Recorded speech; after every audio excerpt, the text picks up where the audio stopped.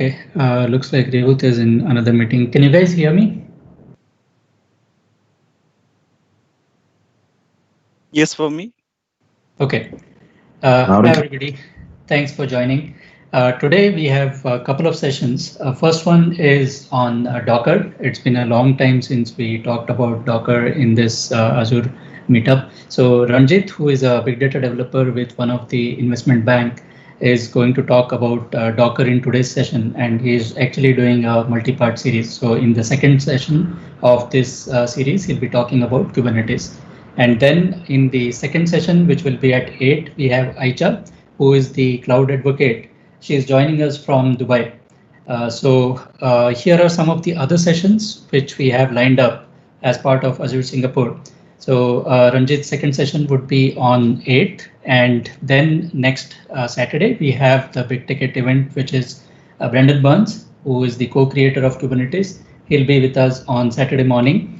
This is at 11 a.m. So I hope you'll be able to join us for that session as well. He'll be talking about why we should care about microservices. And then we have some other events which are part of the other communities. So we have Pio, who is running the SQL Pass, and we have a session coming up on 1st. And then there are other events also which our colleagues MVPs are running in the community. We also have the YouTube channel. So all these sessions, these are recorded, these are streamed live to our YouTube channel. And if you missed the earlier sessions, you can subscribe to our YouTube channel and you can find it online. Here are some of the housekeeping rules. So please keep yourself on mute when the session is going on. If you have any questions, please raise hand and ask those questions. And please help us to spread the word on the social media using whatever is your preferred platform. So with that, I would hand it over to Ranjit, and he can get started with the talker. Over to you, Ranjit. Yeah. Okay. Yeah. Hi. Thank you, Nilesh, for the introduction. So, yeah, my name is Ranjit Kumar. So total, I have a total experience of 15 years, starting from .NET, then Java and the big data. And today I'm going to present the Docker, the very high level introduction about the Docker. So I kept the topic it's solving the developer's common problem. Like my app is running on my system, but not running in production, by solving it by running app on Docker container. So in this session, we are going to see about the introduction, very high level introduction of Docker, then why we need Docker, and we will compare with the virtual machine. Then we will go through the Docker engine, its architecture, and the Docker file, which is the basic root of creating any image. Then how the Docker is used in the DevOps. And at the last, we will see the demo also. And all the demo is done in the Azure, like Azure virtual machine, yes. So for the introduction, like what is Docker? As the tag says, like it's a, you can build, ship, run any software anywhere. So this is the tagline for the Docker company to market their Docker software. So Docker is Docker. It's not a container. So Docker is a tool. It's a software tool which is help us to do the containerization. So it will, what it will do, it will create, deploy, and run application in a container. So with the application, it will create your application, and it will combine all its package and dependency, and it will create one image. And this image you can ship it, and you can run it. You can spin in a container. So this is what Docker does, and it also ensured like your application run same thing, whatever it's running in development machine, testing, staging, or production, everywhere it will be the same. So there will be no noise coming, like if my application is running in my local machine, but not running in my production or staging server. So yeah, this is the problem before Docker. So as you can see, the problem was like the developer always says like my application is running, but it's not running in, it's running on my laptop or my desktop machine, but it's not running in my production machine. So there are two parts, like one is the dev and the other is ops. So ops has no knowledge about the like what is going on, and same thing, like we found like there is some upgradation done in the server side, but like which dev is not aware. So we have to find out the mentality. Here is like two parts. One is the dev part, another is the ops part who maintains the server. So Dev part, like as a dev, like mentality is like they will be as agility mode. They want to try something new all the time. They want to try something new, and within that one, they will forget to inform off stream, like okay, this package has been upgraded. For example, Java version has been upgraded. It has to be upgraded in the server side also. So the ops team is not aware of this part. So this is very common problem. So we will see like how the Docker has solved this problem. And you can say like okay, this is the one time problem, and like sometimes problem like after every release, and we can solve it out. But the consequences is very bad about this one. The thing is like there are there can be many pain point like for this kind of scenario, and one of the pain point is like a serious outrage. So in this one, like this is a kind of uh, this is a kind of like where the panic will come when the system goes offline. And here the question comes like who are the like when the system goes down, then the question will come like who are the people who has the knowledge of the system, and what is the impact, and like what who need to be involved, like infra team, DBA team, or system admin, or all others. And at a time like this problem will be solved by say for example support team who is like who's not having proper knowledge or full knowledge of the system, and he is trying to solve the like this system offline. And there will be a lot of panic in between, and there will be a lot of risk. Again, like the second one will be the like repeated instance of the same mistake. So this means like the same mistake will happen like in the second release, the same mistake will reoccur. And it may happen like this time there will be slow recovery. Like there may be chances like a system to make the system online, it takes something like it may take from few hours to few days also. So all these consequences will land up into the low faith of into the IT. Like IT, you will lose the confidence of your uh, you can say like you may lose your confidence with your stakeholder, and they will say "Oh, like what is happening," and a kind of like low faith will occur. So here comes like the first question. We are going to start the very high level overview of why we need Docker and what it can do it for us. So this is the very common application stack in the dev environment. So here I kept the infrastructure, operating system, library, dependency, and the Node.js for the web server, .NET Core, and there is a like a JavaScript application, and the Ansible for the orchestration. So this is a typical developer machine. And the question, like the problem is, like we can have a lot of issue in the developing this application stack with all these different components. So first of all, the like the problem will be the compatibility, which with the underlying OS, the first one, it will come with the OS. So what will happen like one of the component is compatible with this OS version, but the other component is not compatible. So in this case, you will keep on changing, and it will not over here again. It will come the same problem with the library and the dependency. It may happen like one of the component is compatible with one version of library, but the other component is not compatible with that version of library. So you will be maintaining so many version of library. And this is something called like this will end up with a kind of hell, like matrix like compatibility matrix hell. So this can be one problem. The other problem here, it can be like setting up the dev environment, meaning like suppose any new developer has come, and you have to give the list of instruction, like you have to install this and that version of library dependency. And he has to compromise with the OS also, like he might be using some other OS, but he has to go with the different OS which is compatible with all these components. So there will be a lot of changes will come over there, and everything all this make the like develop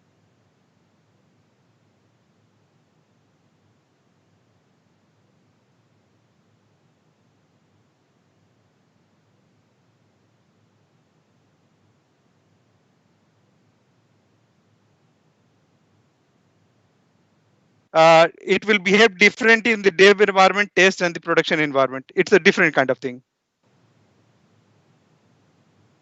So what can be done? So in order to solve this one, I need something which can take care of all this compatibility issue. So in this case, I can assume of one of my component, which is known as Docker. So how Docker is going to solve this problem? So it will try to create one container for each component and with all the library and the dependency.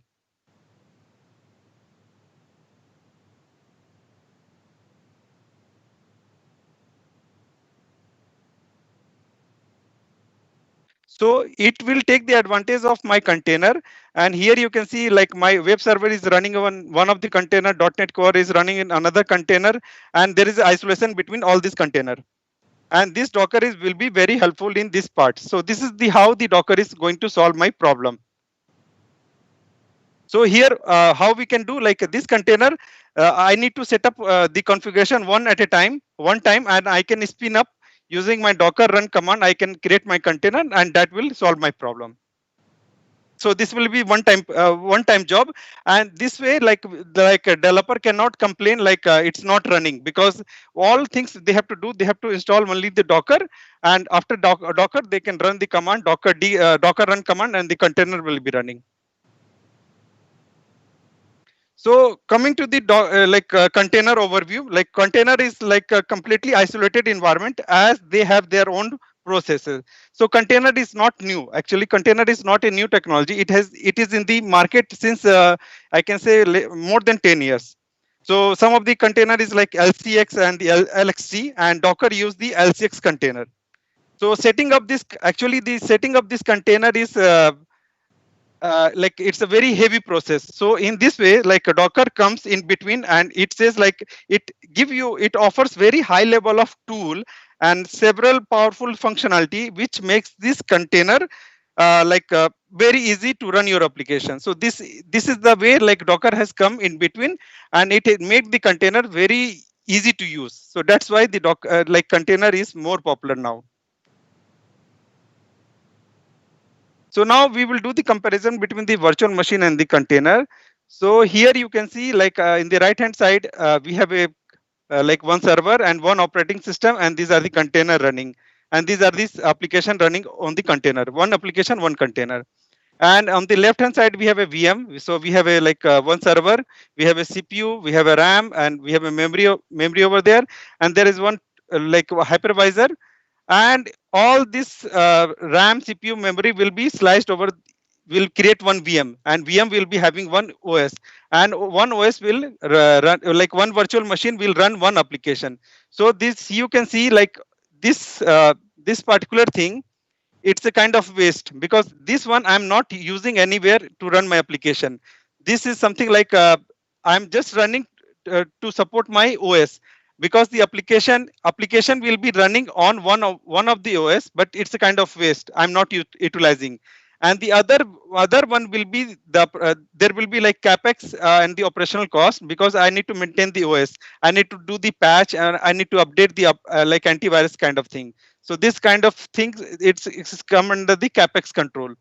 So if you compare with the Linux and the if you compare with the VM and the container, so the utilization will be very high in this case of your virtual machine, and disk space will be too much because it will be overhead of the OS, and the boot time also will be more.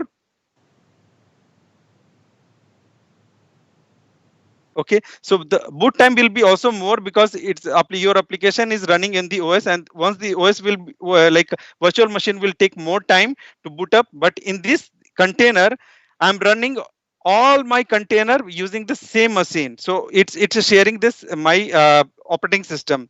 So in this case, my boot time will be very less, and there will be no like additional cost of my like license cost for my OS, because it's a single OS, and there will be no patching, and the disk utilization will be very less. So here you can see like there is a additional space left over, which is intentionally. This means like I can spin up more container with the same given like a space or same given configuration given in the VM.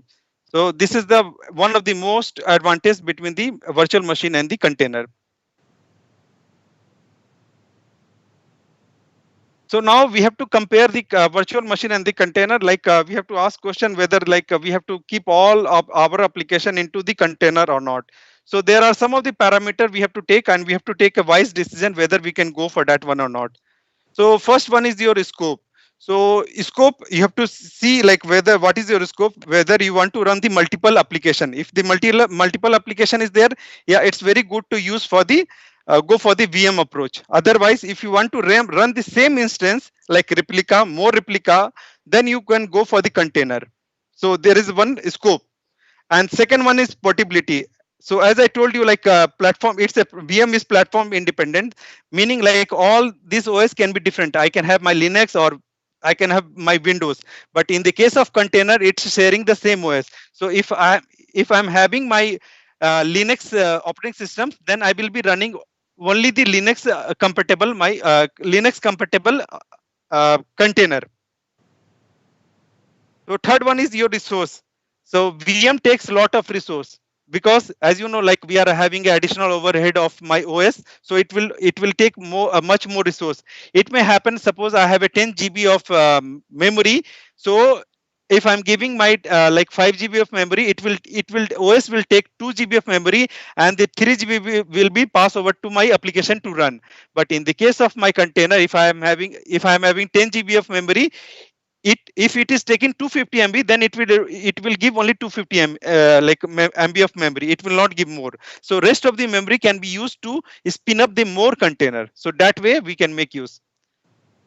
So here, like resource, it takes like VM take a lot of resource, and if you're not worrying about the resource, then you can go for the VM. If you have the like resource constraint, then you can go for the container. Then for the security, because like for the container, it need a, if you want to access the operating system level kind of access, then you need a sudo access, because everything you will be running over the root user. But in the VM, since we have like you don't need any sudo kind of thing, because you have a different you have a separated OS over there. So these are the four criteria where I'm trying to say, like these are the four parameter where you can decide whether you want to go for the VM or you can go for the container. So Docker in a nutshell, I can say like Docker, there is a Docker file which builds a Docker image which contains all your application, and it's a dependency. And this image you can create, you can create the Docker container. So running instance of my image will be your Docker container. And this Docker image can be uploaded into the Docker Hub, and this can be pulled to build your container. So here is the example. I have a Docker file through which I will package my application and its dependency. I will create my image, and this image I can store in my hub, or I can create a container over here in my virtual machine. And this hub, from the hub, I can pull into my staging server, and I can spin up a container. The same image I can pull into my production server, and I can run a container over there. So here in the nutshell, like whatever the image is running in the staging server, the same image will run over into my production server. So there will be like ideally there will be no changes. So yeah, coming to the Docker engine. So it's one of the base part of your Docker. It's a kind of heart of your Docker. So it has three stages. One is your Docker CLI, Docker REST API, and the Docker your server part. So it's like a client server architecture. So server part is known as like a Docker daemon. It's a long running process which is running, and it will keep on listening to your request through the REST API, and it helps to manage your like object, something like container, image, data volume, and the network. So these are the things. And REST API keep the isolation between your client and your server. So in more detail, you can see like I have a Docker architecture. Here I have a client, and here I have a Docker host. So client interact with the Docker daemon using the REST API. It will send a request, and Docker daemon will keep on listening to the request. And based on that one, it will create your object, whether it's a container or it's a data volume. So it will serve your request. And here Docker client can talk to more than one daemon, and in the daemon can talk to internal domain. So this is the like client and server architecture. And in the client part, it may happen like this client can talk to your remote domain, remote daemon also. So it doesn't need like I need to have my client and the server like a Docker host in the same machine. It can be in the remote machine also. And there is one third part like Docker S3. So this is kind of Docker Hub where you store your image, just like your Nexus where you store your Java artifacts. So this is your Docker Hub where you store your image so that other person can make use of that one. And these are the command, like you have a build command, pull command, and the run command, which we will see our demo. So these are the command which through which you can play around with your image. Like for example, build commands to build the image, pull command to get the from the hub repository hub, run command to create the container. So have the image, container, networking, and the storage. So first one is the image. So image is nothing but it's a kind of read-only binary templates used for building container. So it's a kind of you can say the blueprint of your container, and it also contains the metadata through which it describes like what will be the capability of your container and what is the need. And this is the image. Image is the thing which you store your application and ship it to run as a container. So and image can also in the demo like whenever you create any image, there should be one base image through which you should use it. It's mandatory. So we will see that one. And for the container is nothing but it's a running instance of your image, which encapsulate like environment where application is running. It encapsulate the environment. And about the networking we can say like it's a passage through which all the container communicate. So meaning like suppose I have a host machine. In that machine I have a different container running, so I have to communicate between each container because all will be running in their isolated area. So I need to make a communication between one container to another container. So in that one this networking will come into the picture. So there are something around like mainly 3 drivers, which is known as like Breeze, which is a default networking driver for the container. This means like this is a default working driver for the container. Means like I have a one host machine and I have a multiple container running. So in that one, Breeze is the driver which will help us to communicate between this container. Next one is your overlay. Overlay is for if suppose you have a container which is hosted in different host machines. So in that one, overlay will make use of communicating between one container to another container which is hosted in another machine, not in the same machine. Third one is like MacVLAN. MacVLAN is it's something like it will assign a MAC address, actual MAC address to a container to behave like container is an actual device, actual physical device. So this way, like you can assign a container with an actual MAC address, and it will help you to like say like any container. If you want to assign if you want to access through the MAC address, then this can be useful. And apart from that, we have another 2 which I have not listed down, but we have another 2 like host and the none. So none networking means it's a kind of a disabling all the networking. Suppose you don't want any networking, you want to be very isolated, then you can go for the none. And another one is your host. So and suppose you want to remove the network isolation between your container and to your host machine, then you can go for the host networking. So these are the mainly the like 5 drivers which will be used for the networking. The last object is your component is your storage. So it is mainly for the persistence storage, meaning like whenever you are running a container is like a temporary thing. Suppose if you kill the container, all the data inside that one will go off. It will be killed. So we need to persist that data.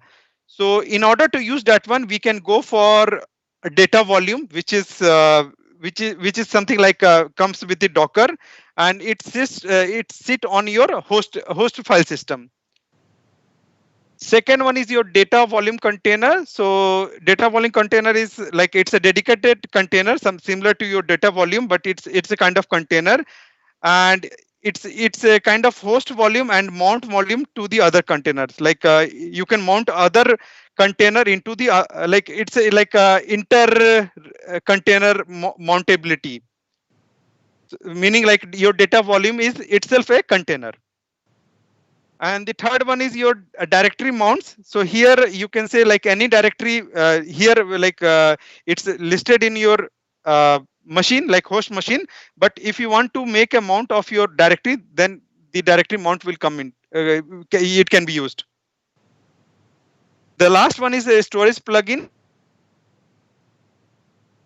to connect to your external devices. Like you can store your this data into your cloud, for example, cloud storage cloud.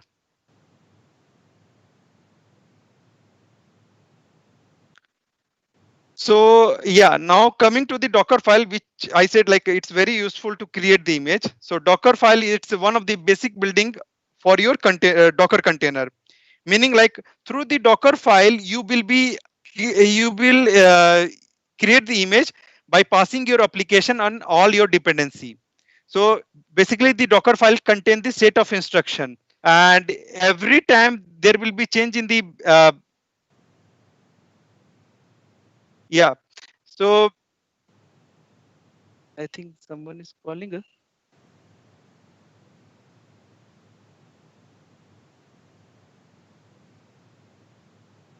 Yeah. So like yeah, Docker file. So there are some basic commands for the Docker file. So first one is your environment. So it is used for setting up your environment variable. And second one is your working directory. So it's a kind of working directory. It's like a base directory through which you are running all your command. Your command will be executed. The third one is your run. Run means like it will take as a command as an argument, and it will run to form the image. And the next one is your volume. So volume is to like as we said, like it is to mount the data from your container to your external device. It can be host machine also. Add or copy is to copy the artifacts from your host machine to the container. And the last one is your expose. It is to expose the port of your container, meaning like if you want to access the your container, then you can make use of your export. It will open a port actually. And there are some best practices which will be used for this Docker file. Just like a coding, you have a best practices. So similarly, you have a best practices for your Docker file.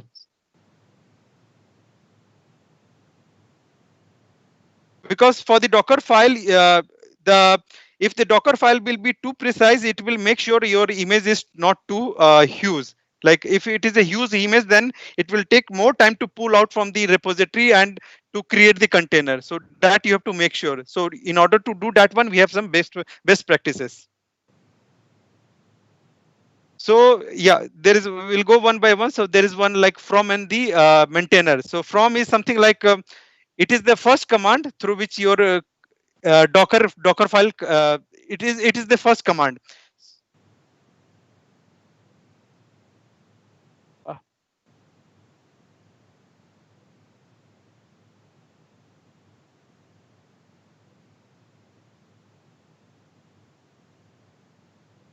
Yeah. So basically, like from is the it is one of the first command, and it indicate the source of your base image. Like in my example, you can see like from is the first command. I can so it is mandatory to write a base. It is mandatory to take the base image for any to create another image. So here I am taking use of my Ubuntu. So if you don't want, then you can make use of Scratch. So Scratch is also an image which is nothing, like which is empty. So in that case, you can make use of Scratch command. And maintainer means who is the owner of this Docker files. Second one is your update or upgrade. So this is this action. This is the command to be performed on the base image. So here you can see like I'm writing run update update. So it will update your, and second one is the upgrade. Sorry for this one. So it will be upgrade. So this command will be run on my base image in my Ubuntu, for example. Third one is your environment variable. So I can assign my variable, and that environment variable can be used inside my container. So this is my environment variable. The next one is my port. So for any like communication like between your container, so it will expose a port. As I told you during the networking, so to communicate between the container, it is exposing a port. So here it's exposing a port of 80. So this container can be listened in this 80 port. And the last one is CMD command. So CMD command is the command. This command will run when the my container will spin up. So when my container will spin up, these are the things going to happen, and this is the command going to run. So this is like bin and bash. This command is going to run. Okay, so I'm going to quickly go into the life cycle of my container. So for example, this is my machine, and I have taken it from my Azure marketplace. So I have created from here. And this is my Linux machine, and this is my IP address. And what I'm going to do, so first of all, I need to see I have a Docker installed. So I will just say which Docker. So Docker is installed, and systemctl status Docker. So my Docker is running. So two things to be ensured. Now the first command I'm going to run to see the image. So Docker images. So there is no image in my system. So these are the header, actually repository tag. So what I will do, I will take the image from my hub, Docker hub. So Docker hub, you can see this is my Docker hub where we store all my images. So for example, if you want to see Ubuntu, you can find it over there, and you can go to the tag review everything. You can look into this one, and this is the official image. So what I will do, I will try to get the Ubuntu.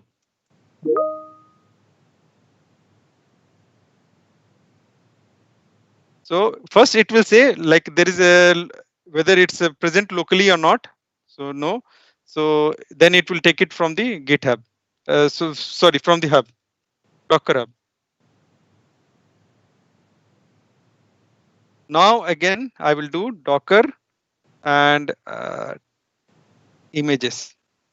So here you can see I have a Ubuntu, and tag is latest because I haven't given any tag, and you can see the image ID. And the second one, just like a Java application, we have a hello world. So I will try to get the hello world, and I will see Docker run hello world. So it's not present locally. Then again, it will try to take from the hub. And to see the container Docker ps -a available container. So it's like, so here you can see like my container, this is my hello world image, and it has been created, and status is existed because it has just run the bash command and it has come out. Okay. And after that, we have something called, okay, one more thing, like you can see this is the name of my images. So this is the name given by my Docker daemon. So, and suppose you want to give your own name, then you can do something like Docker run -- name, and say, for example, test and hello world. So Docker ps -a.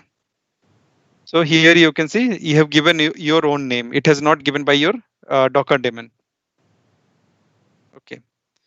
Now the second command. Okay, what I will do. Okay, the second one is your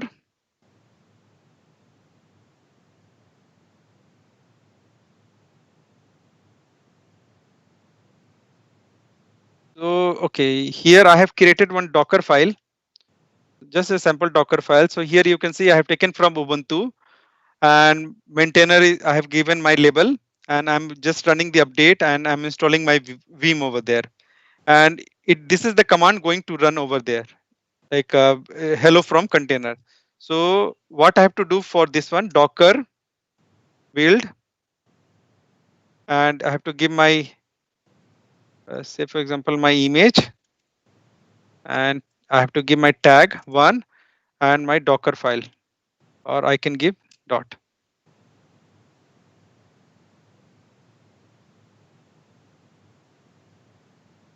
Build an image. Okay. Minus t tag. Okay. So this is my tag. Okay.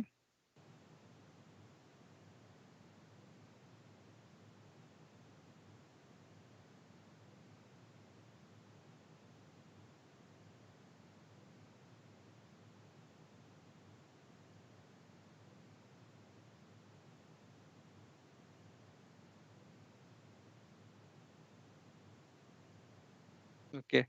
Now I will see Docker images. So my image and tag is one.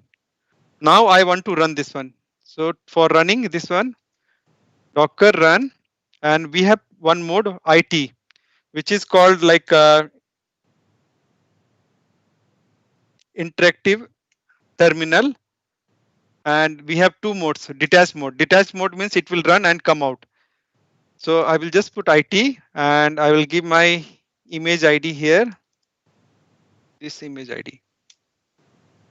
So here you can see hello from container. So this is one of them. Now how to integrate this one into my actual application. So for example, I have created one application, web application, hello world kind of thing. And in this one, I have written my Docker. Yeah, so this is the one. So here what I'm doing, I'm writing my Docker file on the fly. So this is my application jar.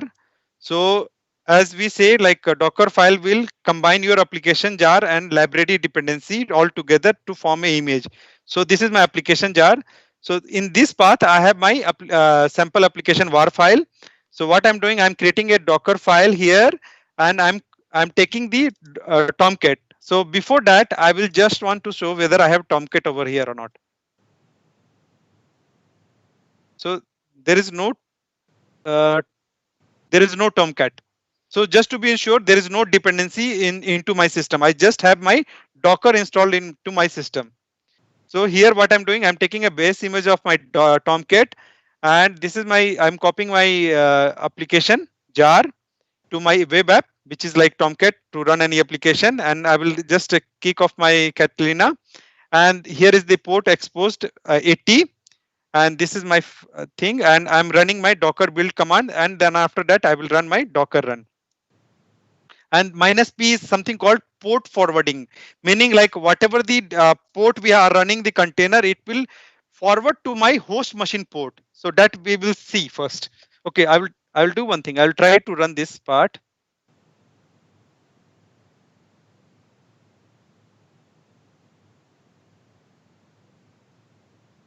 Okay, it's running.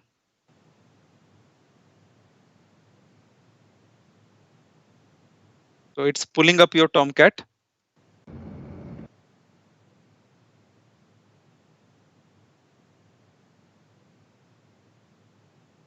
Meanwhile, you can also see Docker images. Okay, there is nothing. It is coming out.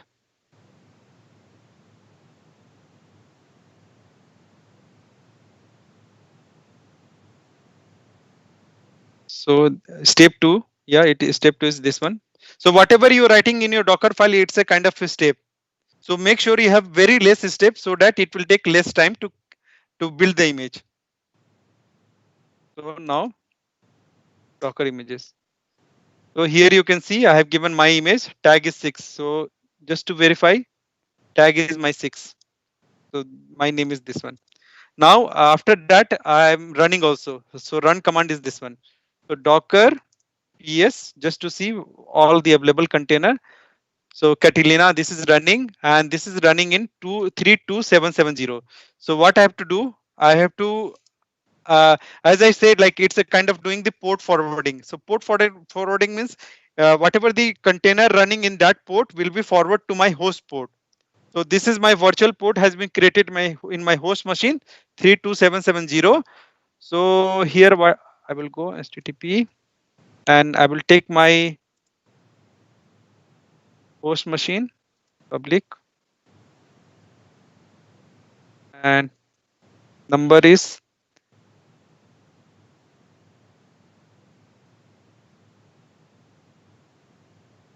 slash sample app.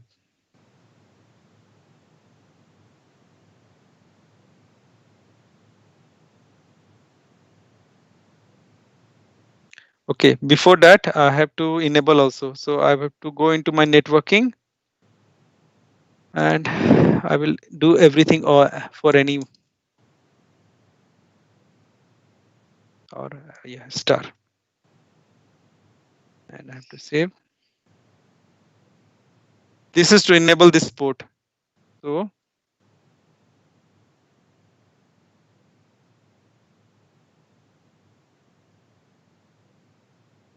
yeah, so you can see hello world has come. So what it has done, my application is running in this one and it will just go over to this port through my host machine.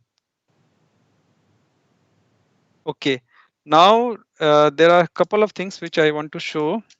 For example, Docker, and I want to take the Docker run Ubuntu image. And here Docker ps minus a. So my Ubuntu is running. Okay, now this is my, I want to go inside my this container. So how to go? So Docker attach. This is another lifecycle. I can go to the attach, and this is my container ID. So here I will go container ID.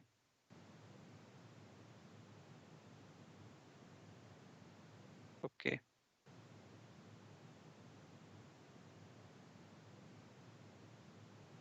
Okay, it has been exited. Okay, what I have to do? Docker start this container. Container has been started, and now I am going into my. You cannot attach to the stop container. Okay, sorry. So okay, once again. So Docker run, and I have to go give a minus IT interactive mode, IT, and detached mode and Ubuntu images, which it will pull out. So if I go into my Docker ps minus a Docker ps minus a. So here you can see the status. It's running mode. It's 13 seconds ago. It is running mode. It has not been exited. So if I want to go inside my Docker and attach, this is the one Ubuntu. So I'm inside my container. So I'm inside my container. How to see? Because my okay, I will see yum command. Yum command is not found because my VM is CentOS, and I have taken the Ubuntu, and Ubuntu app yum command will not work. If I give app.get, then this is working. So I'm inside my container. And suppose I have to come outside the container without stopping. So there are two ways. One, I can do the exit. Exit means it will stop the container like this. And once again, if I have to see, this has been stopped, exited. So suppose you want to exit it means again I want to start this one. I have to do start and this one container ID. Now my container has been started, and suppose if I want to go inside my container, so I have to do Docker attach this one. So it will attach. I am inside my container. So this is my container ID. And suppose I want to come out without stopping, then it will be Control P, Control Q. So now you can see if I'm putting my command docker ps -a, it is still running. It is not like up for this minute. So this is one of the way. And the other thing is about the image. Yeah, we can look into the volumes. So for example, volume, as I said, like if you want to persist the data. So in the same thing, we can show all the volumes. So let's go into the volumes. So this is like a data volume. So docker volume ls. So it will list down all the volumes. So there is no volume. So I will create one volume, create, and I will give the name volume 1. So this volume 1 has been created. And once again, if I give ls, yeah, you can see volume 1. Now, what I will do, I will attach this volume. So for this one, I will just say docker ps -a. Okay, and this is running. So I will stop this one first. Okay, let's do it from the scratch. So I will do one thing, docker run interactive mode -it. So it will keep on running, and I will give my name here,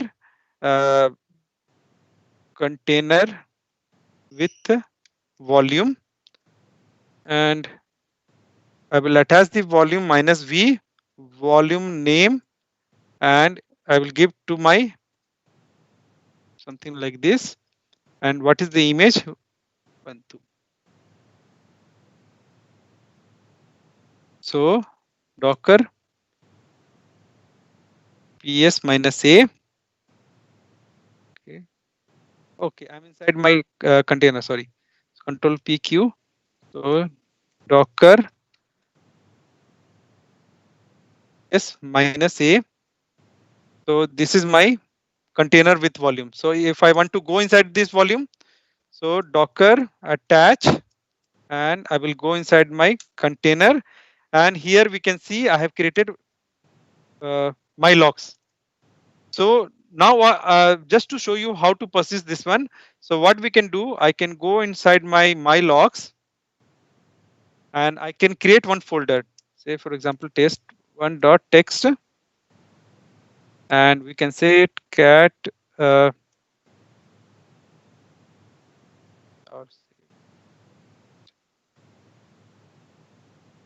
name is not there.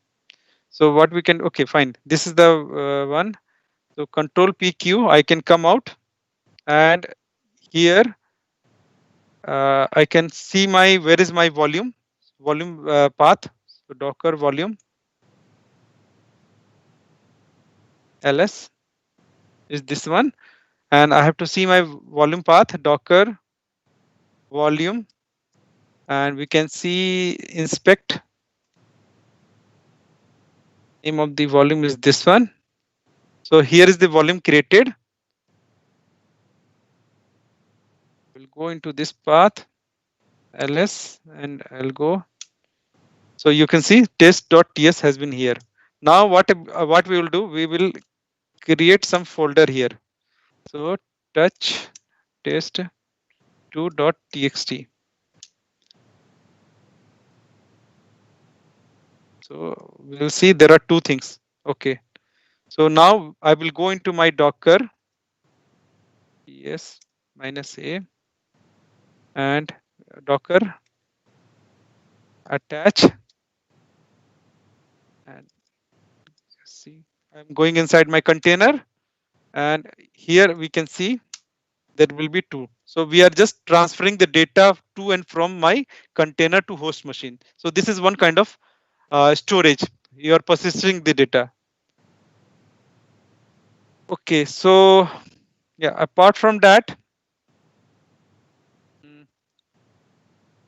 if you want to create, yeah, this is the one. So coming back to this one, so how to incorporate this one into your DevOps? So for this one, like in general scenario, what we do, like we as a developer, we write a code, we build the artifacts, then we give the set of instruction, we pass over to the ops team. So when the Docker will come, Docker has come. So what we are doing, like we have the application and we are using the Docker file to create this image, and this image is passed over to ops team. So there will be kind of like whatever I'm running into my local machine, the same thing I'm going to run in my production or like all other environment. So there will be ideally there will be no changes. So yes. So apart from that, like the next one is the related to this one Docker. We have a Kubernetes which is coming on 8th of September. The same related to how to deploy container orchestration, how to deploy your container into your cluster using the Kubernetes. So yeah, that's all from my side.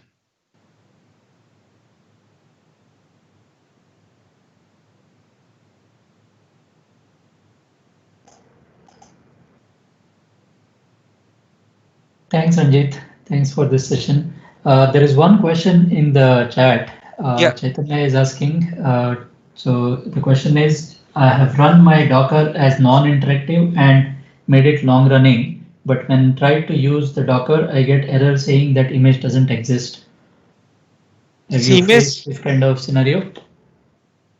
I have run my Docker long running, and I have no. It should not be actually. You want to expand the question, Chaitanya? Maybe explain a bit more the context. Yes, please. Yeah. Yeah. Hi, Ranjit. This is Chaitanya. Am I audible? Yeah, yeah. Yeah. What happened was I'm using Bamboo for deploying. Okay. So I tried using Docker. So we have spun up the Docker. But what happened was once I spun up the Docker, it says that the Docker is running. Okay. But in the next step, in the next stage, when I try to use the same Docker, right, it fails, saying that you cannot access this Docker as the image is not running. We tried debugging this in we okay. tried. So first thing you have to see, like using the Docker image command, whether it is present locally or not. The first thing. The second thing, we can make use of the command docker ps -a available. What all availability is there? Okay. So within that one, can you see your image, your container? Sorry, your container. If your container is there or not, whether it has run or not. No. Sometimes it just doesn't run. It doesn't run. So it has not run anytime, you mean to say? No, but when I say the Docker run, right, the container gets launched, so it gets spun up and it says the container is running. In the very next stage, if I start using this container, right, it says the container is not available, or it's not running. But image is there. Image is there. Can you show? Yeah, the image is there. Okay. There may be chance of maybe like a system out of memory, like it required a lot of memory, due to which it's not available and it's not spinning up. There may be chance. So it happened for me one of the time, like I was by mistake I have given, instead of 256 MB I have given 256 GB. So everything was working fine. It was able to pull out the image, but during the start of the image, in creating the container, it was not able to, because there was no enough system memory. So in such time, how do we debug this sort of issues? Like in that case, what you can do, like you can do it manually. Just now what I have done. So if you have the image into your system, you try to run the image. You try to run the container manually. See what error you are getting. Okay. If you are able to run the container, then go inside the container and you can look into that part. Like it may happen, it has been run and exited very next time because of the unavailability of the memory. Actually, that is what is happening. Okay. We are using a tail command to make it long running actually, but it comes out immediately. So there may be like a kind of resource issue. Okay. Yep. Okay. Any other question? So now if you have any question, you can unmute yourself and no need to raise your hand. You can ask the question directly to Ranjit.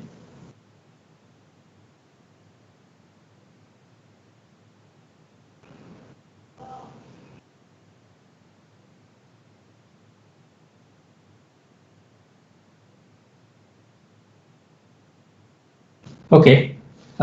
So thanks, Ranjit. So we will look forward to your next session, which is scheduled on 8th on Kubernetes. So folks, do join in for that session as well. You can stop sharing your screen, Ranjit, and I will request Ayca to start sharing hers. Hi, everyone. Yes, now let me open my camera and I will share my screen in a minute. Yeah, we are able to see you, Ayca. So for the folks who have joined a little bit late for Ranjit's session, Ayca, she is a cloud developer advocate. She is based in Dubai. And in fact, this is the first time we are having somebody presenting all the way from Dubai in our meetup. So I hope that we find it all useful. Today's session is about how we can use Microsoft Graph to enable connections with the data across Microsoft 365 and to consume it for automating the processes. So we still have about 3 minutes, but I think we can just take this a couple of minutes to introduce yourself, Ayca, and we can start at around 8. Yeah, sure. Hello, everyone. I'm having super pleasure to be in this meetup today, and I'm hoping to meet again for other contents. My name is Ayca Bas, and I'm a cloud developer advocate at Microsoft. I'm focusing on Microsoft Graph, Teams, and Azure-related development. Today, we are specifically going to cover process automation and insights across M365 data using Microsoft Graph and Azure. So basically, we will focus on how to create background automations and as well as how to leverage from M365 data as a reporting and insight side. So if that's okay, I just want to jump into the content. Is that 5 minutes or should we wait a couple of more minutes? I think we can just wait for a couple more minutes since we advertised it at 8. People might be still joining in, so we just give a couple more minutes and then we can start. Okay, sure. So in this presentation, I'll try to have at least 5 to 10 minutes at the end to cover Q&A. But if I can't cover all of them, you can always reach out to me on Twitter and feel free to ask your questions directly from there. Then I'm going to wait 1 more minute and then I'll start.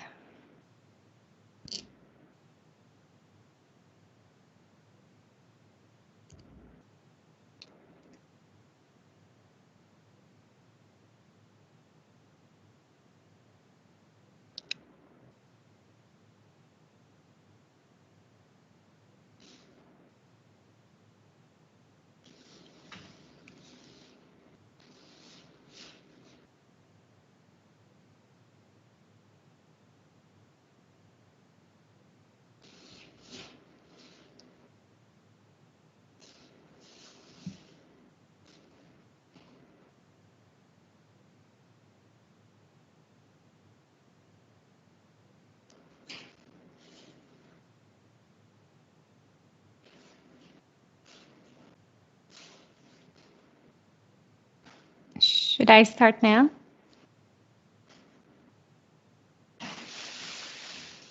Yes, we can start. Okay, then I'm gonna jump into the content. So today's agenda, I would like to do a quick recap for Microsoft Graph. I'm sure some of you are already aware of Graph and using in your projects, but I just want to go and do a quick overview about Graph, and then we're going to discuss how we can develop applications using Graph and Azure technologies. And the first part of that we're going to cover user interactive scenarios. The second part, we will cover non-interactive scenarios. And the last part, we will have a quick overview of reporting, analytics, and insight scenarios by using M365 data. And the final part, I'm going to share all the links I covered during my presentation. So, what is Microsoft Graph? Microsoft Graph is actually a gateway to reach out our own M365 data. We are already aware of M365 experiences. We're using Microsoft Teams or Outlook day to day, and we are checking our calendars by using these products, and we are having our conversations, as well as all of our meetings these days are virtual. Basically, while we're using all these tools, we are creating data in the background of M365. To be able to reach that data, we are using Microsoft Graph, and another part of consuming this data is definitely building our own experiences by consuming M365 platform data.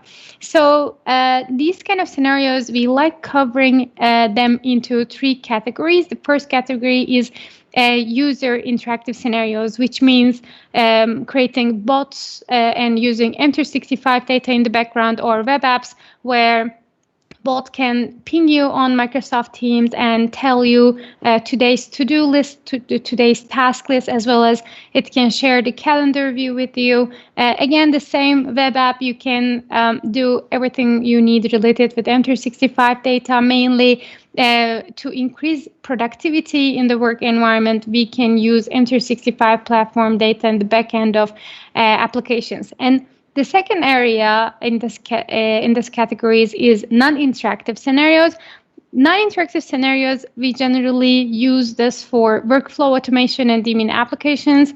If you would like to create any automatic background process, and instead of asking people to do the stuff like having some, let's say, provisioning, whoever is added in Azure Active Directory should be added on onboarding Teams channel, let's say. Instead of asking people to do that, we can automate these kind of processes in the background by using some Azure technologies and consuming Graph.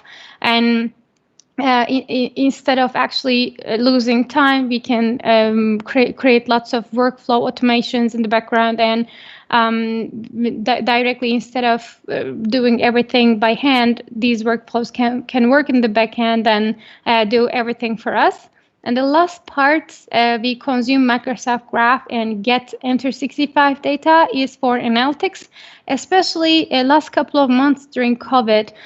Since everybody started working from home, we started getting lots of requests about seeing the data, what's happening in the background of M365. Let's say if people are being productive, if they are able to work during the work hours, if they're working more than work hours, maybe after 5 p.m., just to get these information in the background and create a good looking business overview, we create analytics apps by using the same data. So today we will try to have a quick overview with all of them. And I just want to focus on one main area, which is the background process automation, that I'm going to do a demo about it. So with Microsoft Graph, we can have a quick access to your data in Microsoft Cloud. As I mentioned earlier, you're using all of these products like calendar, mail, tasks every day, and also you're adding people in the directory. There are lots of changes happening in your directory, in the files, groups, users, and so on. And this data is yours. It's in Microsoft Cloud, but Microsoft does not have access to these data. To be able to access that data and create dashboards, to create applications to increase productivity or automate stuff in the background, we use graph.microsoft.com, which is one single API, but it has access more than 5,000 different data sets. And to use that, actually, we can create lots of different scenarios. To build an app, first, I highly recommend you to go ahead and check out official documentation of Microsoft Graph. If you go to ayca.ms/m-graph, you will be directed to quick start part where you can see lots of tutorials and quick start documentation, as well as you can reach out all the necessary information about Microsoft Graph data sets. And the second part, if you're interested in deep diving and learning more how Microsoft Graph works, I think Microsoft Graph Explorer is the best place to play around with your own data. I'm going to demonstrate that in a minute. And after that, you will be able to register your app in the identity platform and configure application permissions. Once you use MSAL to get the token, then you will be able to use Graph. To be able to use Graph, it's definitely your choice. You can either use Graph SDKs or you can directly call REST APIs from your applications. So just a quick view of Microsoft Graph Explorer, how it looks like. It's a free tool, an open source tool where you can go ahead and sign in with your own account and play around and run queries, send requests, and then see responses. There are lots of great features in the tool. I actually want to demonstrate you very quickly. Let me open my browser.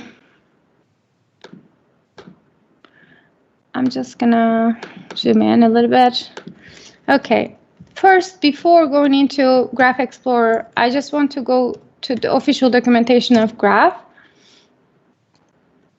So if you go to ayca.ms/m-graph, you will be directed to official Microsoft Graph documentation. You can find out all overview documentation here. You can reach out to services and features. If you are interested in learning more about version 1 and beta, you can check out the references from here. And another important part, if you're new to Microsoft Graph, you can check out Quick Starts by clicking Quick Starts under Explore. Here, literally, you can choose which language or platform you prefer to build application and consume Graph. Let's say that I want to build an application with Angular. I click Angular, and this is a setup I need to complete before I jump into consuming Graph. And then this is the steps you need to follow. If you're interested in step-by-step tutorials, there's also under the same Explorers, we have a tutorials part. You can choose which platform or language you prefer to use Graph, and you can just, let's say in this case, ASP.NET Core. You can start from scratch, build your ASP.NET Core MEC application, and everything starts from scratch with these tutorials. Then step by step, you can build your authentication, add your application in Azure Active Directory portal, then start consuming Graph and get the calendar data. At the end, you will have application running and consuming Graph in the background.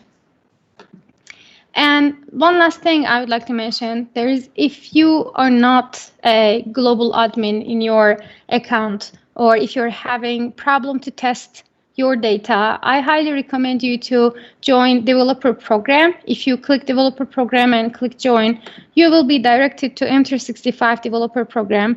It is actually a free sandbox and tools. Basically, you will get your own tenant and you will be admin for that tenant, and you can basically try and test all of your applications by getting this tenant. This is totally free. Once you join, you will get access to the tenant and the tools and some licenses as well. And I think this is a great opportunity for you to test around and so on, because in organizations, the biggest problem is to have global admin access to test stuff. Instead, you can build your test environment directly in the developer program. And the last area I want to go is the Graph Explorer. If you go to ayca.msg-explorer, I'm going to sign in with my demo tenant. Let's go with this one. Okay.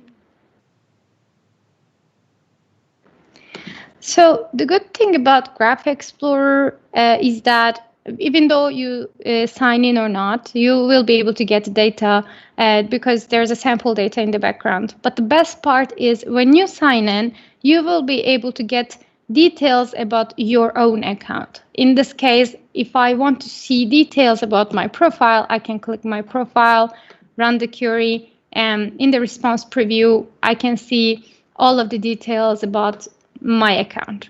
And again, if you want to see upcoming calendar events, all events in my calendar. If I click it, as you see here, my query is changing. And when I run the query, then I can again see all the responses here. Actually, it's easy to see like that.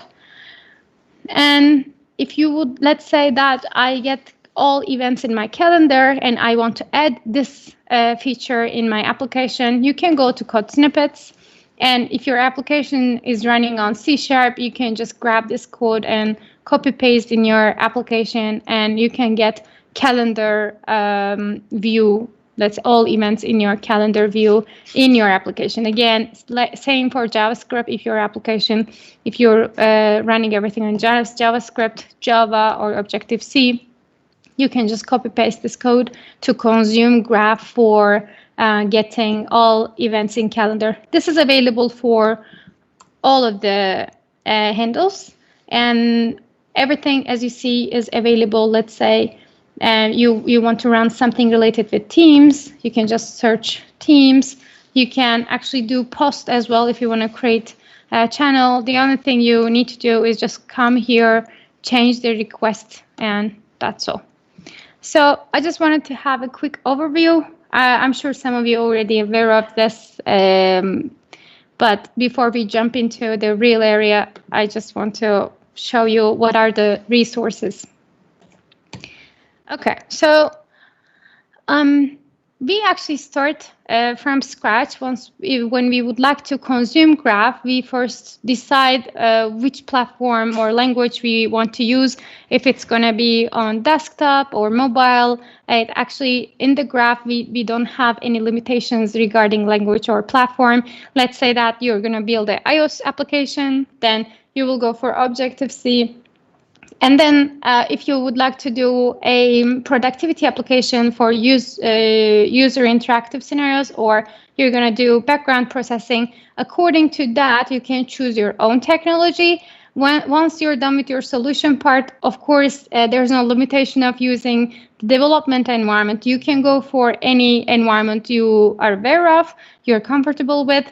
And the most important part for us is to build authentication in your application from scratch. So, or if you have authentication already and you're able to get a token, this is the best scenario. We build authentication authorization by using OpenID Connect or Auth 2.0. Once we get the user token, then next step is to call Graph with that token to reach out any data you prefer in M365. There's no limitation on reaching to data in M365. You can literally go and get any data you prefer. If you're using Planner, you can get tasks on the Planner. If you're using Calendar, or actually there are more than 5,000 different data sets. So yeah, everything is open. You can just use Graph one API and call any data you want. So in key design choices, we have two scenarios. The two scenarios. The first scenario is access data on behalf of the user, on behalf of a user, or access data as an application without any user present. So the first scenario is, let's say I have a chatbot running on mobile application, and this chatbot every morning, I just want to see what's in my calendar, what's in my to-do list. I ask my chatbot, and chatbot returns me all the M365 data I need. In this case, we ask user to sign in, and we get user's token, and we ask permission to our user. Then on behalf of user, we are getting user's data. In the second area, we don't have any user. We would like to use entire tenant data. Let's say that all the people in Azure Active Directory, everyone in Microsoft Teams, or everybody's calendar, to be able to access this tenant level data, we are asking global admin to give us a consent, and app uses its own token. So scenarios for the first one is generally for user interactive, email, someone, calendar scheduling bot, people picker, and so on. And the second key choice, we go for application level of permission. We generally use it for user provisioning workflow scenarios or data loss prevention message scanner. Let's start with the user interactive scenarios. In user interactive scenarios, I'm sure you're using these kind of applications or you're building these kind of applications already. Once we build our application, once we register our app in Azure Active Directory, we create permissions in delegated level from Microsoft Graph. And let's say chatbot would like to access my calendar. Then at the beginning, once you sign in, you will see a permission request coming from the chatbot saying that I want to access your profile, your calendar, tasks, and so on.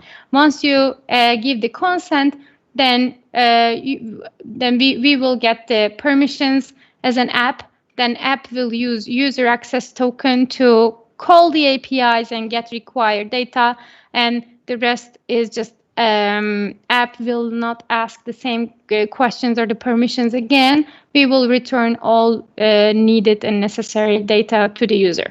So it's all back and forth with the user credentials. And if user does not give access to the app, then we will not able to access anything in M365. For the interactive app scenarios, as I mentioned in Azure Active Directory, once we register an app, API permissions are always delegated level, and we are not asking anything from the global admin, but if person is using the application, they are directly asking that user to give a consent to us so we can reach out to that person's calendar. So in this case, once we create a scenario like this file read, user read, we created permission. Then once user sign in with Microsoft account, that person will see a screen like this. We are going to ask permission for read your email, access your data anytime, view your basic profile. I'm sure you're seeing all these requests in lots of applications. If you accept this, then that application will be able to call Graph and get the data, actually get your own data and show it to you. So let's take a look at this scenario. App calls API to access user's mailbox. In this case, we are talking about Lydia's access token. Once Lydia accepts and gives us a consent, then we are using Lydia's ID to call Graph. Here you can see in the request authorization is calling directly Lydia's access token, and in get request we are calling Lydia's ID. If we don't have Lydia's access token, then we will not be able to get anything in the response. But in this case, since Lydia accepts and gives us a consent, the response will be 200 OK, and we will see all the Lydia's messages in her mailbox. So let's take a look at this scenario. App attempts to access somebody else's mailbox by using Lydia's access token. Let's say we have Lydia's access token, but we're trying to reach out Peter's mailbox. In this case, of course, we will have 403 forbidden response, and we will see error access denied because we don't have required credentials. Without Peter's credentials and Peter's access token, we won't be able to see anything related with Peter. So once we have one user's token, we can only get data for that user's for that user. So another scenario, and this is a recent one. So Bot Framework just recently released skills for bots. Basically, you can go to ayca.ms/bot-skills, and you will see that there are lots of productivity skills. You will see there's a calendar skill, email skill, to-do skill. Instead of building something from scratch, you can build your bot framework, virtual assistant, and then you can embed this productivity skills.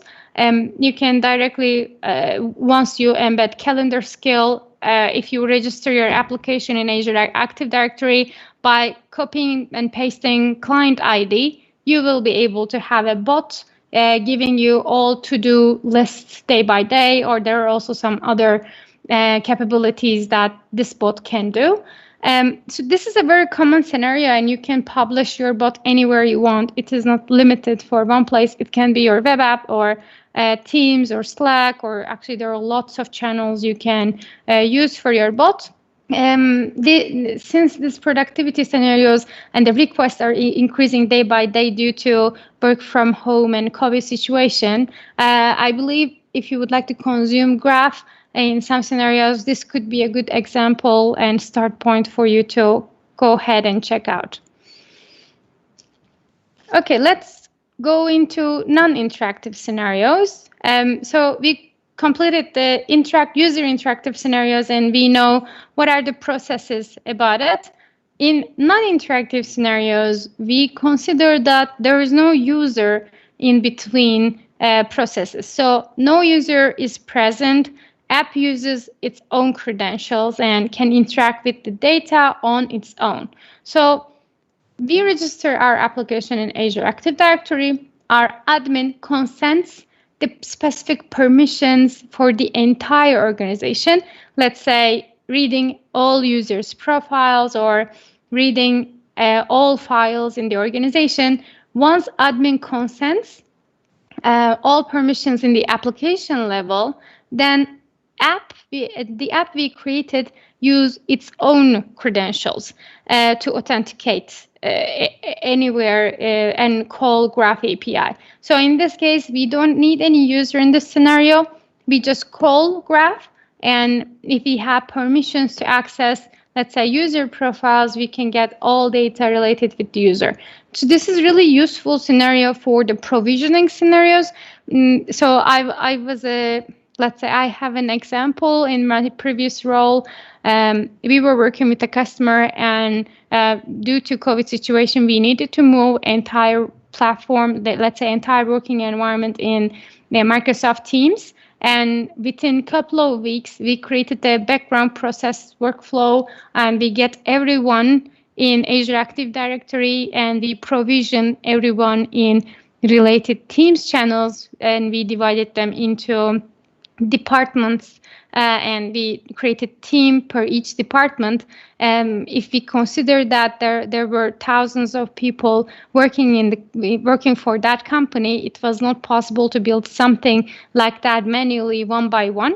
So that's why in these kind of scenarios, if number of people or an organization or number of groups are big, then it's always nice to build an application and create a workflow in the background so that you will not do everything manually. So in Azure Active Directory side, when we are registering application in API permissions, always the permissions will have application level access. That means we don't have any touch with the user, but once our application is granted for these permissions by admin, then our application will be able to reach files, read all, user, read all.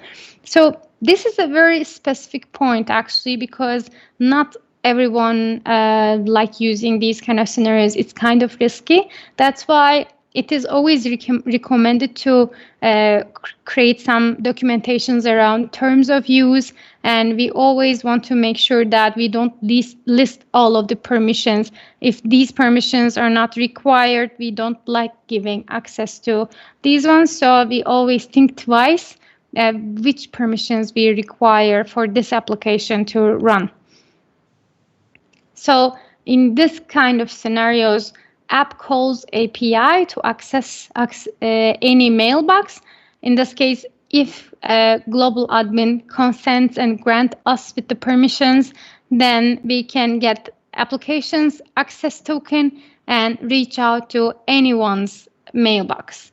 So when app uses its own token, we can just grab the person's user's ID, and when we call it, we will be able to get that person's mailbox. This is basically for either auditing purposes or background provisioning, or it can be also in analytics scenarios too. So if you would like to do something in the tenant level for the entire organization, I think this is the great scenario for these kind of things. So let's take a look at this one. App notifies when group membership changes. So let's say that we have an organization, and in that organization tenant, every day there are some changes. We create, renew, or delete some subscriptions, and some things are happening in the background of Azure Active Directory. Then we call Graph to create or renew these subscriptions directly from Azure Functions. Once we did that, we start tracking all the changes during the, let's say, every single day. We can actually schedule that. If you would like to do it every 3 hours, every 1 minute, we can do that. In this case, every day we create or renew subscriptions if there are any changes. If Graph validates our app's endpoint, and if Graph says that, okay, that application has a token, then we save subscription information in the database. Then Graph sends notification to the related group about the change. Then Azure Functions trigger the HTTP request to provision external system. So everything is happening in the background. Once we have any changes, we save everything in the database, and then we notify the group about the changes. And according to that subscription change, we also change exactly the same way for other external systems. If you're depending on multiple different systems in your company, then updating all platforms one by one would be a big challenge. Instead, we can build a background automation like this and save you some time. So another scenario, and this is a real life scenario, app manages users' calendar and replies the meeting invites. So this is a real calendar. This is my colleague's calendar. She's a consultant, and she has a calendar like this. If some of you are a consultant, you may realize every day you have a daily stand-up, and lots of meetings are happening about decision making, as well as like sync meetings, staff planning, and so on.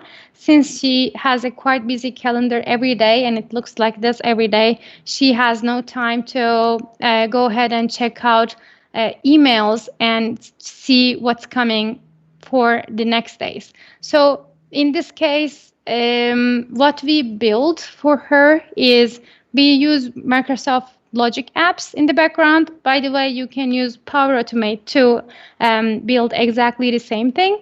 We use Logic apps, and we call Microsoft Graph in the background to view calendar and check the conflicts according to start time and the end time for the new event. If somebody sends a new event request in the calendar, we basically call Graph to get the calendar view. And if there's a conflict on that time, then we, if there's a conflict, then we again turn back to Logic apps and check upcoming 5 days. If upcoming 5 days has more than 10 different meetings in the calendar, then Graph, again, we call Graph and send a request to the organizer saying that I have more than 10 events. I'm quite busy these days, so unfortunately, I'm going to decline. If that person is, again, there's a conflict in the calendar, but upcoming days that person is available and there are less than 10 events, then we just send a request to organizer saying that I'm busy at that time, but would you like to reschedule? I have some availabilities in upcoming days. And simply, if, again, in the calendar view, if there is no conflict and we don't have any events, then we just accept. In this entire process, we just send notification to the user saying that, hey, I accept this invitation. Hey, I send a reschedule. And hey, I just decline this request for your information. So in these kind of scenarios, instead of having user interactions, because again, checking emails, kind of the same thing, by asking user permissions, asking when would you like to reschedule, then person needs to go and check calendar invites again. And the same thing. Instead, we can manage calendar without asking the user anything. We can actually define the work days and balance everything and so on and so forth. So it can go like this. I just want to quickly demo you how I did that. So this is another video. So I directly log into Azure portal.azure.com, and I created a Logic Apps. And in the Logic Apps Designer, I want to quickly demonstrate to you how we build a workflow like this. We start with when a new event is created, we trigger that flow with this. If we receive a new event, then we get that event ID in the calendar. And then we get the entire calendar view for the start time of the new event and the end time of the new event. If there is an event at the same time, then if there is no event at the same time, let's start with the positive one, an easy one. If there is no event at the same time and the same hour and the same date, then we just respond back to the organizer saying that we accept the response, looking forward to talk to you soon. And the only thing we send to the end user is accepted. So this is the subject organized by this organizer is added in your calendar, just for your information. And we send this notification from Teams Flowbot, but if you want to send notification from somewhere else, you can also do that. If there is an event at the same time and the same hour, then we get the calendar view, and from the end of the meeting, starting from that point until next 5 days, we check if person has more than 10 event or less than 10 event. If that person has more than 10 event in the calendar for upcoming 5 days, then we respond back saying that, sorry, we decline. Unfortunately, there's a conflict in the calendar and I won't be able to join this meeting because I'm super busy. And again, we just notified the user saying that we declined this meeting. And if we have less than 10 meetings for upcoming 5 days, we send organizer a response saying that your input is required. I have a conflict in my calendar, but I have availabilities the same day or upcoming 5 days. Would you like to reschedule? And again, in the last point, we just say at the end, we notify end user saying that we requested a reschedule. And we inform that this is the subject organized by this person is conflicting with this event in your calendar. We ask to reschedule. So this is the main scenario. I hope it makes sense. And I'm just gonna run the Logic Apps. And I want to create a new event in the calendar. I will go to Graph Explorer. I log in with my one tenant, Ayca Bas, and I'm going to send request to admin of that tenant, so different person. In my organization, I prepared my request already. So let me add this. Let's do, just to make sure we don't have any conflict, to show you how it looks like 2021. Okay, so I'm sending a request to the admin person, and I'm sending a meeting request with the subject of prioritization meeting, and the content, does end of the month work for you? When I run the query, I'm hoping there's no event at that time. Actually, I'm using Graph Explorer, but you can go ahead and send a normal meeting request by using email application. So if I come here in the admin person, I just receive an email about the prioritization meeting. And Let's check the calendar for the admin person. I think it was October 19th. Prioritization meeting.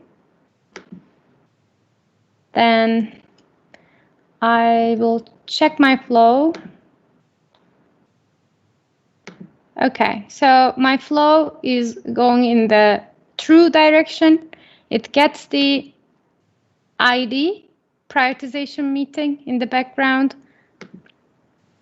Get the event ID here, start date, start time, end time. We get calendar view for the same start time and end time. And output is when we see that's the only one.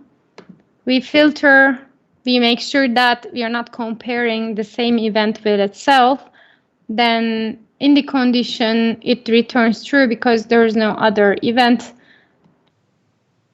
And I actually need to receive an accept. Yes, I just received an accept from the admin person. So in this case, admin person will only see this accepted notification saying that prioritization meeting organized by Ayca Bas is added in your calendar. Let's try to do, let's say as an Ayca Bas, I want to send same request at the same time, the same hour. Let's check what's happening. Okay, I send the request to the admin person. Just received it. And I'm expecting to receive a reschedule because the calendar was quite empty for that week. And just gonna run the query again.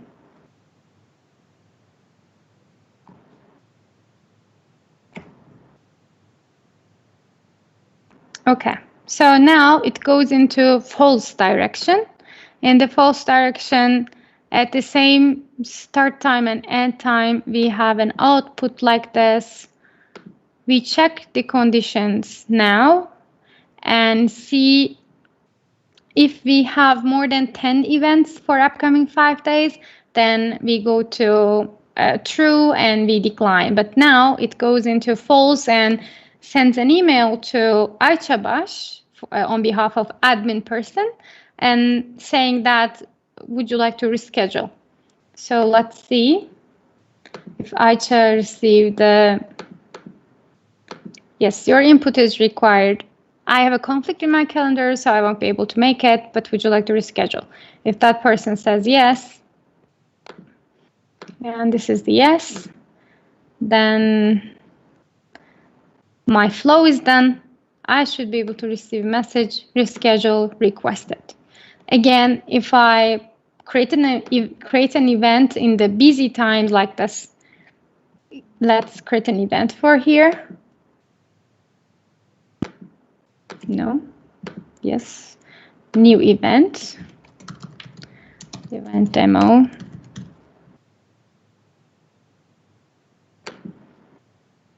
Which calendar is this?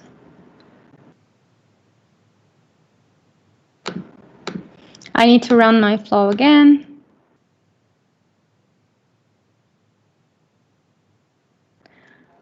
Let me send an email. Maybe.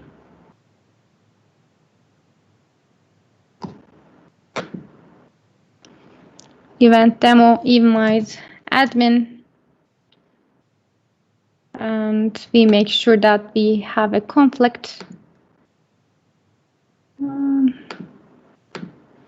Let's say 9.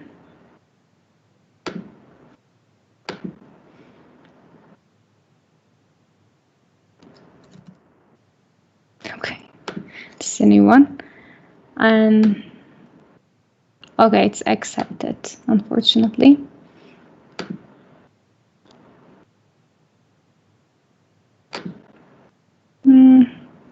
Anyway, so it goes into decline direction when the calendar is busy.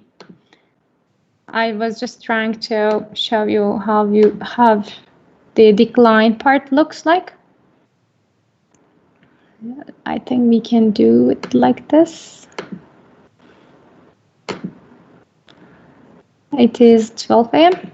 Okay, I'm gonna quickly set a meeting at 12.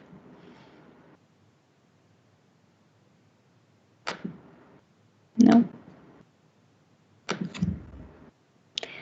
September 15, new event, new demo event.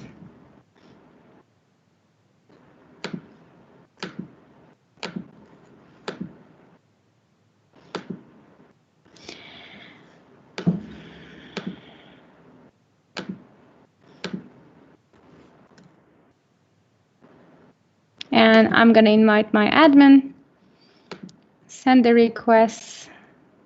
I'm hoping to receive the decline message. I run it again.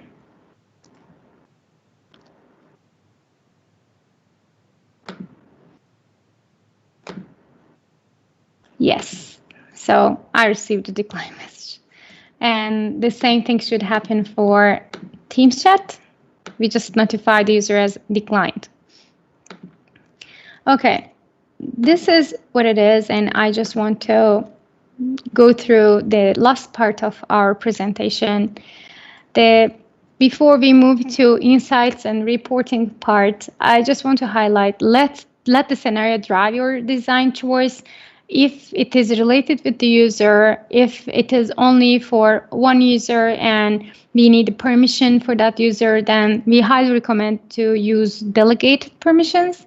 Otherwise, you can use, if you would like to build application in the tenant level and for the entire organization, then we go for the application permissions. And the last part of today is reporting analytics and insights with the graph. So we really like using Microsoft Graph Data Connect to be able to get data, store somewhere, and then create a dashboard in the Power BI with the connection of this database. And if you want, you can also build a business services or application by consuming the same data. In that case, it starts with Microsoft Graph Data Connect. In Azure Data Factory, you will be able to use Microsoft Graph Data Connect, and you can get M365 data as user profile, messages, calendar, events, and so on. Just for the storing purposes, we can put this data literally anywhere you want. In this case, it can be Databricks, or it can be directly a blob storage, or it can be data lake storage too. After you sync you sync your data in with one storage, let's say, then we direct our data and transfer it to Azure Snaps Analytics. Because let's say that you have more than 1,000 employees and you would like to query who signs in, how many messages are sent after working hours, if people are productive, if they're overwhelmed because of working long hours during COVID and so on. Then in Azure Snaps Analytics, we can create queries like that, and we can filter the data according to the requirements and the preferences. We can check the calendar business if that person or the entire organization level, actually, if people are super busy during the weekends as well, and so on. And after creating filters and getting the required data only, then we can use the same data in Power BI to create dashboards, so it can be useful, and actually it can be really valuable for HR or auditing parts of the company. If you would like to consume this data to create some notifications, or let's say send reporting in business services or do some actions afterwards, then you can also build business services and apps by using the same scenario. So another scenario we actually use quite a lot is getting data by using Microsoft Graph API. We call the REST API by using Azure Functions or Logic Apps, again, the same thing. We call the API to get data. Then by using Logic Apps and Function Apps, we store the data in Azure Blob Storage or anywhere you prefer. And then from the data lake, Azure Data Lake, we just sync our data with Azure Synapse Analytics. And after creating our queries, we get the required data. Then with this required data, if you prefer to build your business dashboards or if you would like to create reporting for your HR or auditing department, then you can do that. Also, you can use the same data in business services. So this is a quick overview of insights and reporting. If you're interested in learning more, I highly recommend you to go ahead and check Microsoft Graph with Azure Functions and Microsoft Graph Data Connect. These are the two topics maybe you might be interested in seeing how we can use bulk data and create valuable insights and reporting around it. With that, I want to quickly go through with important materials and links for us. First of all, I want to share the official documentation link, ayca.ms/m-graph. If you would like to start from scratch, there are great tutorials and quick starts there. Again, if you are a hands-on person and if you learn by playing around with the data and the API, Graph Explorer is the best place to visit and learn stuff. Then if you can go to ayca.ms/g-explorer to check out Graph Explorer and get some response previews and get the code snippets and use it in your own application. There's a great blog series available for 30 days. Actually, there are 30 blog posts available related with Microsoft Graph. Each one of them are covering different platform, different scenarios. If you would like to start from scratch and every day, if you're interested in building something related with Graph, you can go ahead and check out this blog series. And the official Microsoft Graph repository I would like to share with you because there are lots of materials, tutorials, and if you would like to create your own pull request or check out what's happening in the Graph side, you can go to GitHub repository. And the last part is if you have any questions, if you're receiving some problems, errors, you can always reach out to Graph product team and us as Advocacy under Microsoft-Graph-API. You can post your questions in the Stack Overflow and we will try to help you indeed. So I would like to thank everyone, and maybe I can quickly check out the questions if there is any. There are a couple of questions, Sure. First one is from my side. That is, can we use Graph API to access objects in the B2B and B2C scenarios?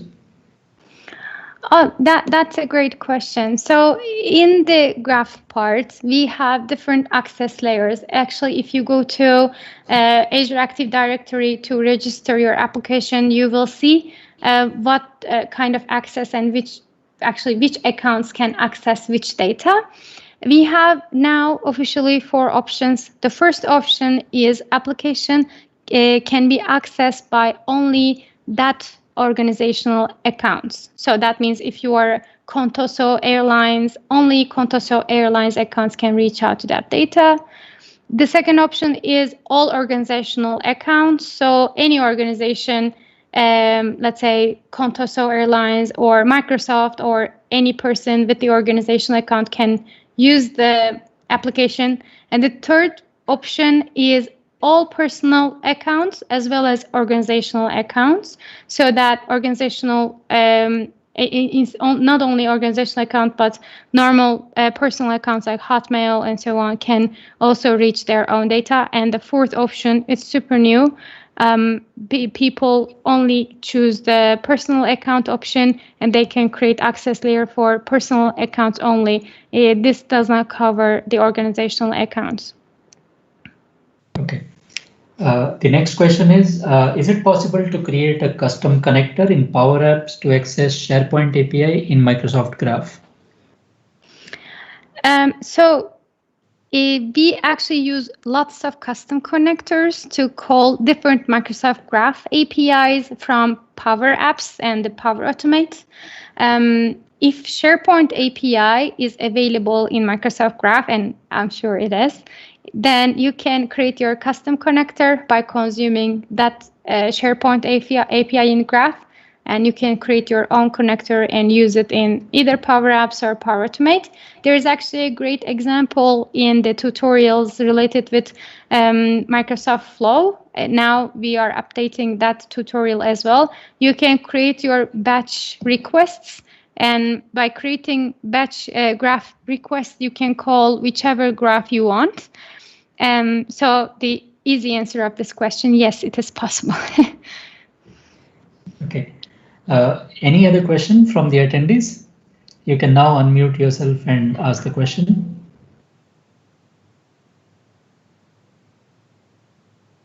Hey guys, Saktish here.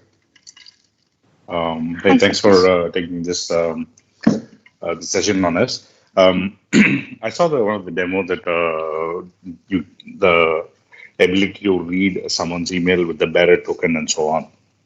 That does pose as say from a security angle. Is there an auditing or any other thing that is available of the data being consumed via the graph? Or, for example, I'm an administrator. I want to understand what graph is doing with my users' data and how it's being consumed and so on. Is there any place like that to look for, or we need to create something custom to understand the audit logs? Yes, sure. That's a great question, actually. So Graph is just an API to access your own M365 data. In this case, Graph is not storing any data anywhere. As you know, all M365 data is stored in Microsoft Cloud, and with the user consent, with the user permission, Graph can call the API. Otherwise, Graph actually the API itself. Otherwise, you cannot call Graph API without the consent of that user. You will get a authentication forbidden error, so you will not be able to see any data on the screen. So Graph is just a connection between M365 data in Microsoft Cloud through your application. In this case, your data is stored in Microsoft Cloud, as always, in Microsoft 365 platform, and you will be able to receive your data as long as you give the permission to that application. You can go ahead and check out Azure Active Directory identity details if you would like to put more security in the layer. Actually, we highly recommend you to keep application credentials in somewhere secure, like Azure Key Vault, or maybe you can keep your credentials in Cosmos DB, but you don't keep your credentials in your application, so that your app will not be accessible from anyone else.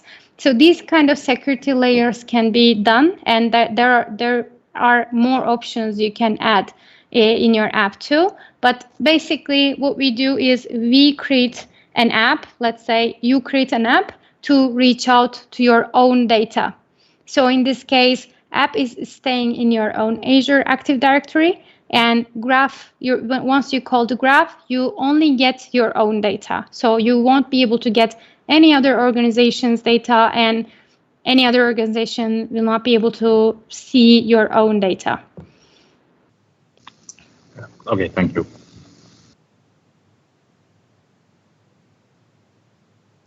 Any other question?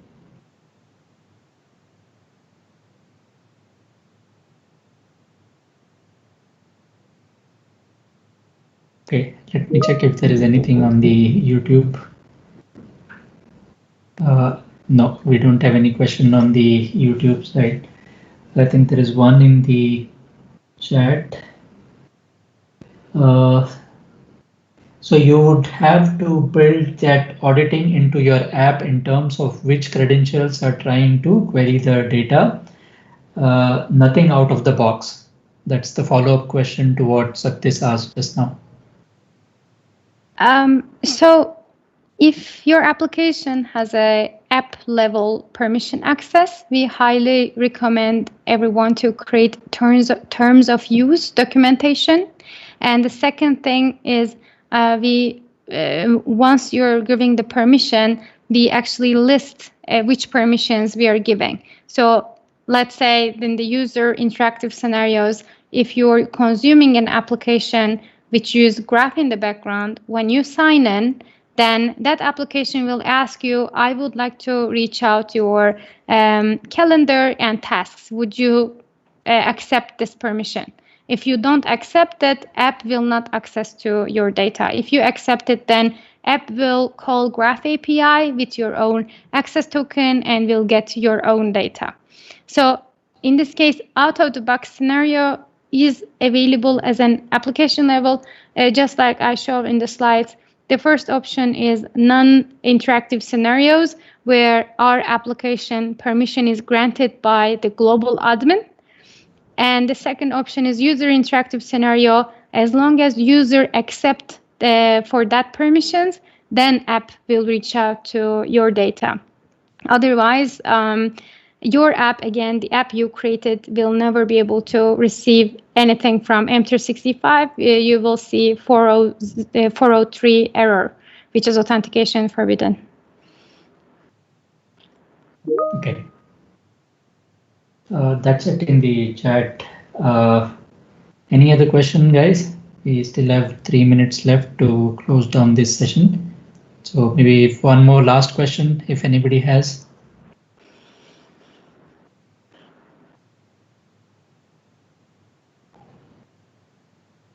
Oh, okay. Thank you. Thank you all for joining in this session. And thanks, Ayca, for taking time out and wonderful session.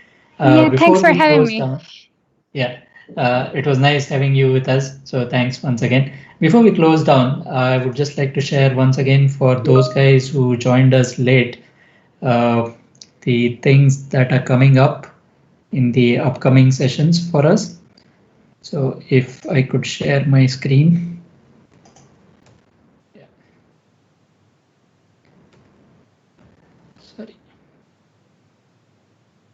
So this is the session we have coming up next Saturday, 5th of September, and Brandon Burns will be with us, the co-creator of Kubernetes. In case you have not signed up for this event, please do sign up. I hope you find it useful. Brandon would be talking about why we should care about microservices. So with that, we can close this session for today. Thanks once again for joining all. Have a nice day ahead. Bye-bye.